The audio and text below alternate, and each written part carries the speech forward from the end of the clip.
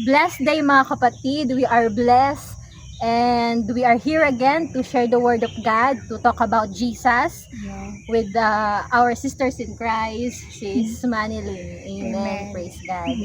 So sis, ano yung pag-uusapan natin? Yung Mrs. ni Lord sa isa pong babae na nahuli po siyang nangangalunya. Sige sis. Yes, amen. Sorry. Praise. Ang babaeng nahuling nangangaliwa.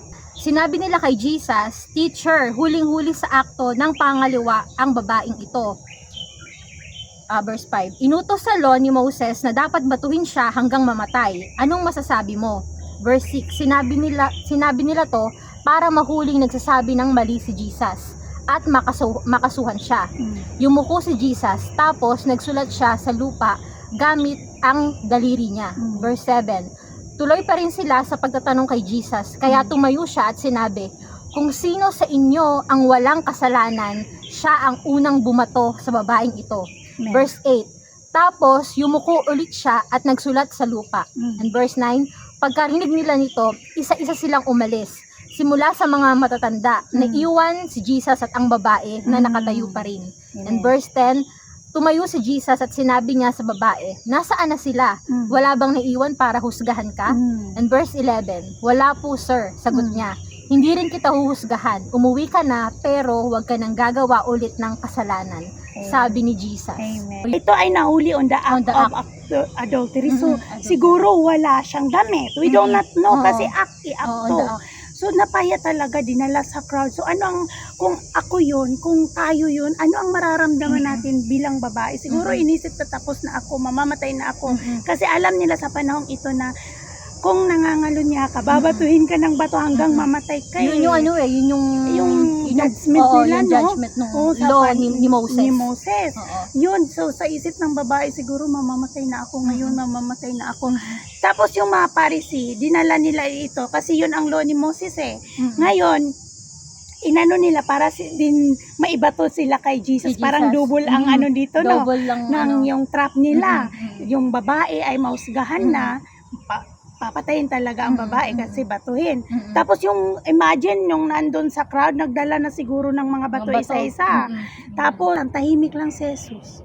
Ngayon, tumayo siya with boldness siguro, with the power of the Holy Spirit. Tapos with conviction na sinabi, kung sino man sa inyo ang walang kasalanan, siya na unang bumato. O siguro na mas-masan sila pa no na, ay hala, tika lang, ako din na. Diba? Tika mo lang, tika lang, ako din na. Anong karapatan kong humusga? Amen. Anong karapatan kong humusga na ako man ay may kasalanan? Kasalanan din. Kaya yung dahan-dahan silang umalis mula sa matanda hanggang sa pinakamabata. Tapos imagine, the only one na pwedeng bumato dahil walang kasalanan, only Jesus. Only Jesus. Kasi Pero siya wala kasalanan. Oo. Pero ang nakaka-bless dito talaga sis, no? Anong ginawa ni Jesus, no? Amen. Sa halip na i-condemn, 'di ba? Yes. Yung mga tao talagang kino-condemn siya eh. oo. Na ang sabi dito, batuhin to. Batuhin. Oo. Batuhin hanggang sa mamatay, Oo. sabing ganoon. Kasi yun yung law eh, yun yung law ni Moses, yun yung Oo. kautusan, yun ang kailangan sundin. Pero yun nga yung simula na sinabi ni Jesus na kung sino yung walang kasalanan, siya yung unang bumato. Kaya doon ako na sinabi ni Jesus na doon sa babae na nasaan na sila, 'di ba? Wala na bang nanguhusga sa iyo? Tapos sabi nga dito, hindi rin kita huhusgahan. 'Di ba? Diba? Umuwi ka na, pero huwag ka nang gagawa ulit ng kasalanan, sabi ni Jesus. Diba? Ang ko dito sis, nakita ko dito yung si Jesus, siya 100% grace and Amen. 100% truth. Amen. Amen. Praise Oo. God. Kasi yung grace na na-receive ng babae through Jesus. 'Di ba? Doon sa mga Pharisee, talagang condemnation. Yes. Ang niya, batuhin to hanggang sa mamatay. 'Di ba? Pero si Jesus, ano yung sabi ni Jesus? Tinatanong niya kung may naghuhusga pa ba sa iyo? Ako hindi kita huhusgahan, sabi nga ni Jesus. Pero kumbaga binigyan siya ng forgiveness. Amen. Amen. Instead of condemnation, 'di ba? Instead of condemnation sa babaeng ito, ang ginawa ni Jesus, grace. Amen. Biyaya. Biyaya. Diba? talagang Mm-mm. ano din, forgiveness. Mm-mm. No, instead of condemnation, Mm-mm. forgiveness ang binato ni Jesus. Amen. Sa halip Yes. na, di ba, Bato. sa halip na bato, pero ang Amen. binato ni Jesus is is yung forgiveness, di ba? Mm-mm. Diyos, hindi siya galit sa makasalanan. Hindi. Galit ang Diyos sa kasalanan. Kasalanan. Sa kasalanan talaga. Mm-mm.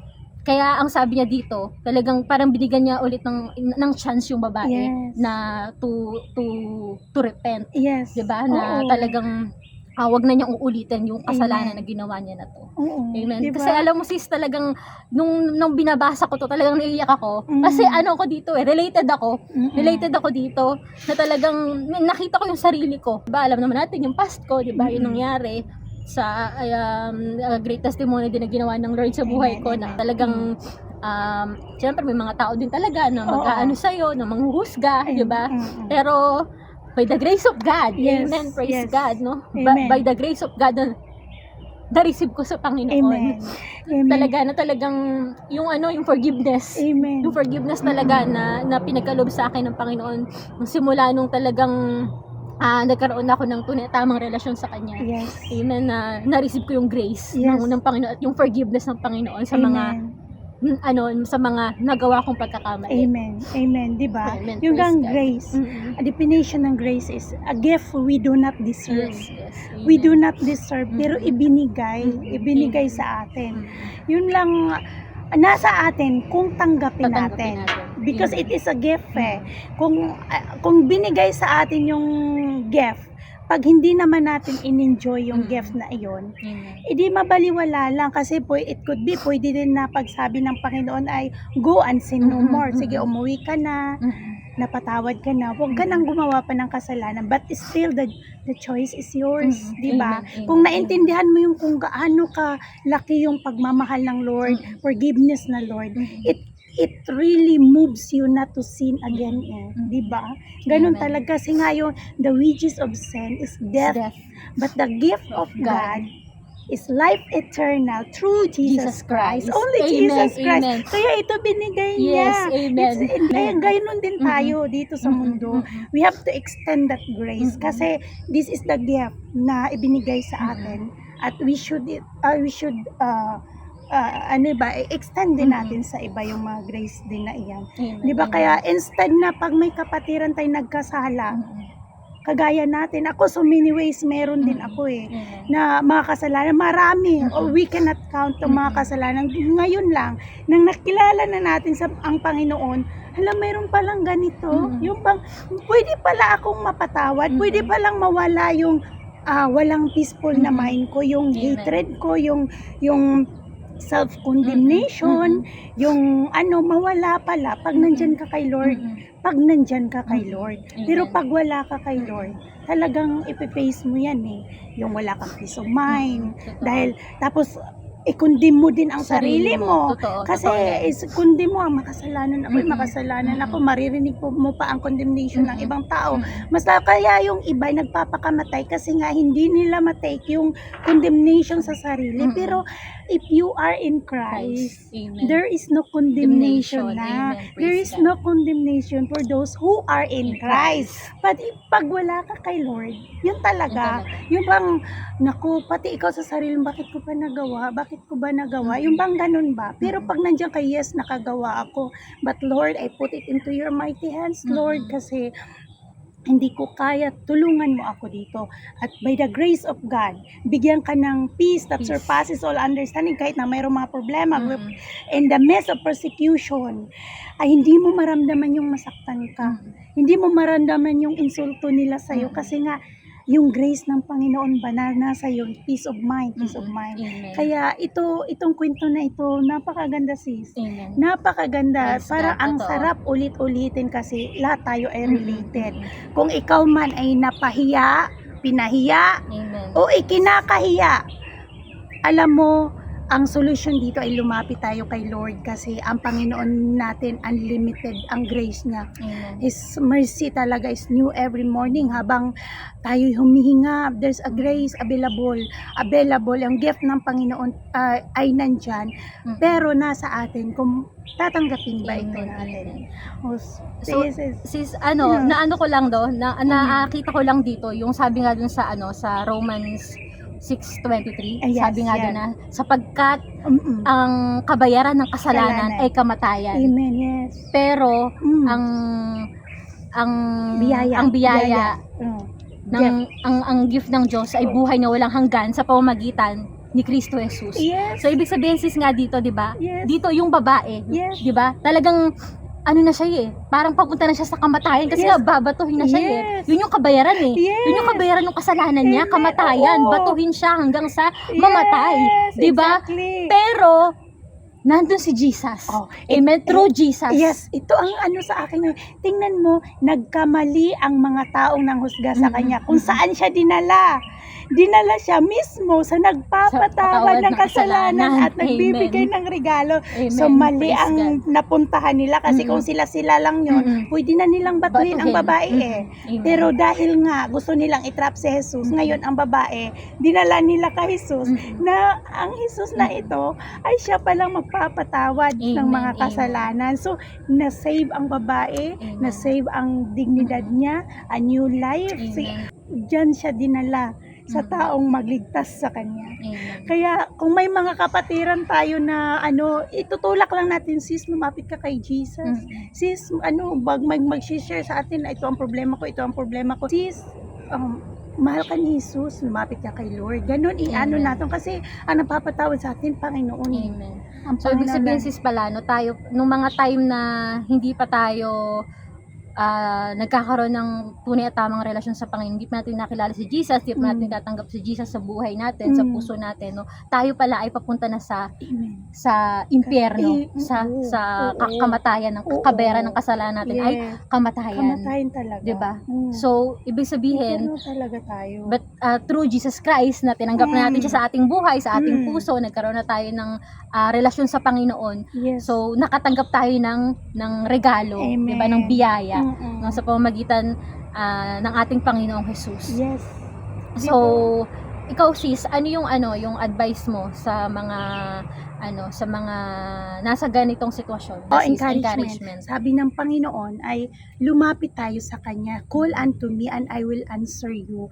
Kahit na anumang kasalanan meron tayo, kahit na hindi alang adultery, nagnanakaw ba tayo, sexual immorality, ano bang addiction, kahit na addiction, kahit na kung ano-ano ang problemang meron tayo, kahit na problema sa kapaligiran natin, mga anak, pamilya o whatsoever, lumapit tayo sa Panginoon. O minsan man ay ikaw ay kinukundina mo ang sarili mo dahil nagkakamali ka, lumapit ka kay Lord kasi there is no condemnation in God. Pag naramdaman mo, pag na-experience mo na kasi yung biyaya ng Lord, the peace that surpasses all understanding, magkaroon ka ng kapayapaan magkaroon ka ng kapayapaan, magkaroon ka ng panibagong pag-asa, hope, na mayroon palang pag-asa.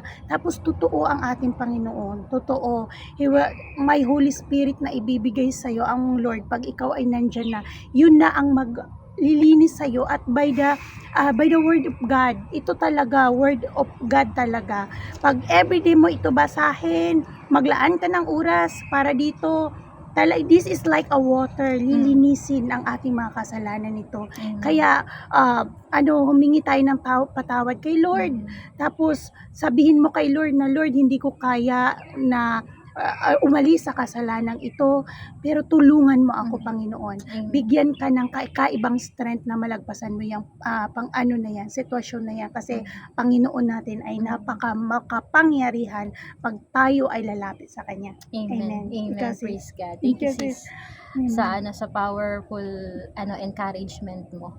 Ako sis encouragement ko sa ganitong naniniwala ako kapatid na hindi aksidente kung bakit mo to na panood itong usapan namin na to Amen. naniniwala ako by the grace of God na talagang kinakausap ka ng Panginoon Yes. na mahal ka niya. Amen. Mahal ka ng Panginoon. Amen.